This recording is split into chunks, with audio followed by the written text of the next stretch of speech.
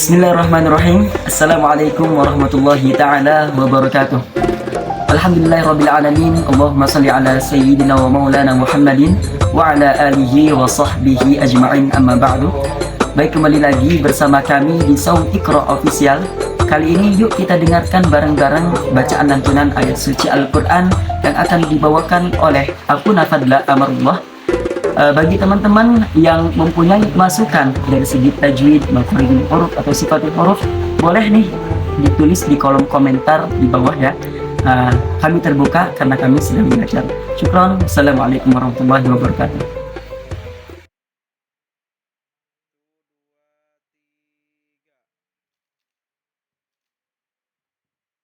أعوذ بالله من الشيطان الرجيم.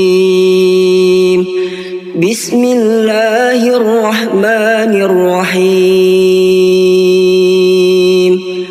سبح اسم ربك الأعلى الذي خلق فسوى والذي قدر فهدى والذي أخرج المرعى فجعله غثاء أحوى سنقرئك فلا تنسى إلا ما شاء الله إنه يعلم الجهر وما يخفى ونيسرك لليسرى فذكر إن نفعت الذكرى سيذكر من يخشى ويتجنبها الأشقى الذي يصلى النار الكبرى ثم لا يموت فيها ولا يحيا